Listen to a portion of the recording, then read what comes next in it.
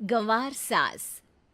ममता ने अपने बेटे को पढ़ा लिखाकर बड़ा आदमी बनाया। अब वो शहर में अपने परिवार के साथ रहता है। एक दिन ममता का बेटा रोहन अपनी पत्नी आलिया से कहता है, अरे आलिया, सुनो, माँ अब से गांव में नहीं रहेगी। वो हमारे साथ यहीं रहेंगी शहर में। उनका कमरा आज नौकर से बोलकर अच्छे से साफ करवा देना। ओह, आज तो मेरी किटी पार्टी है, फिर मुझे जिम और फिर शॉपिंग। ठीक है, कल करवा दूंगी। अ, अच्छा, लेकिन माँ के सामने ये कपड़े नहीं चलेंगे। हाँ, तुम्हें साड़ी या सूट पहनना होगा। अरे बिल्कुल भी नहीं। मेरे मम्मी पापा ने इतना पैसा लगाकर शादी इसलिए नहीं की थी कि मैं अपनी मर्जी के कपड़े पहन ओढ़ भी ना सकूं।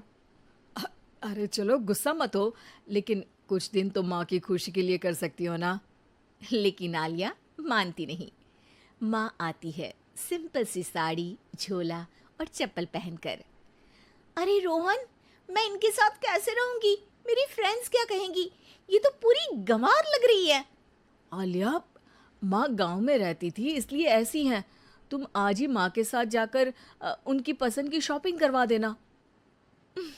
इनके साथ घर के अंदर रहना मुश्किल है, बाहर तो मैं कभी भी ना जाऊं। रोहन को आलिया पर गुस्सा आ जाता है। माँ, ओ माँ। हाँ बेटा। वो माँ को ले जाने के लिए उनका हाथ पकड़ता है कि अरे माँ, तेरे हाथ अभी तक इतने कड़े हैं, तूने इसका कोई इलाज नहीं किया? अरे बेटा, इसका कोई इलाज नहीं। वैसे भी मुझे कोई शर्म नहीं कि मेरे हाथ मुलायम नहीं है, क्योंकि इन्हीं हाथों से मेहनत कर मैंने तुझे बनाया है बेटा। अगले दिन। माँ, मैं ऑफिस जा रहा हूँ। कुछ लाना हो तो आलिया को बोलकर फ़ोन करवा देना। रोहन के जाने के बाद, आप ना आज कमरे में ही रहिएगा, घर में पार्टी है, मेरी सहेलियां आ रही हैं, मैं उन लोगों के सामने आपको नहीं ला सकती हूँ। ठीक है बहू, लेकिन तुम कहो तो मैं कुछ खाने को बना दूँ तुम लोगों की पार्टी के लिए। वो लोग सिर्फ कॉन्टिनेंटल या थाई फूड ही खाते हैं।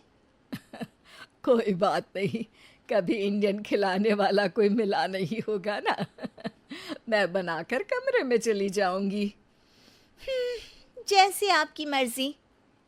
आलिया के घर उसकी दोस्त आती हैं, पार्टी होती है।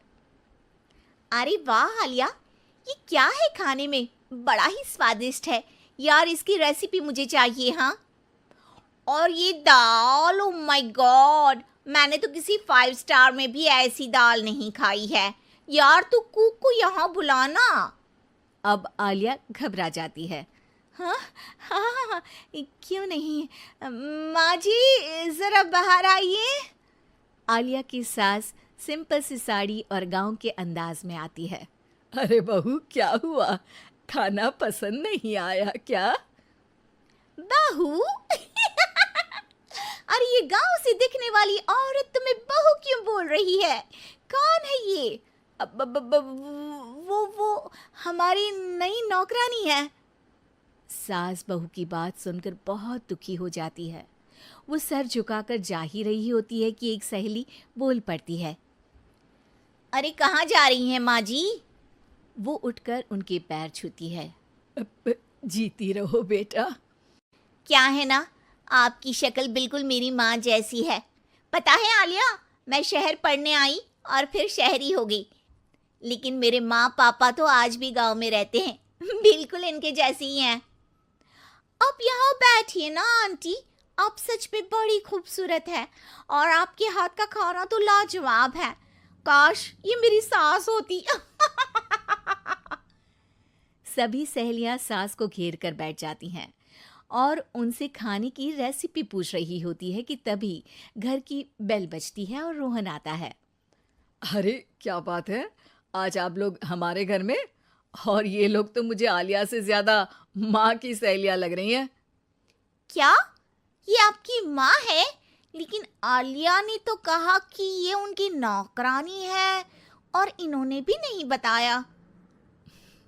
वो नहीं बताएंगी, क्योंकि उनके लिए बच्चों की इज्जत और उनकी खुशी सबसे पहले है।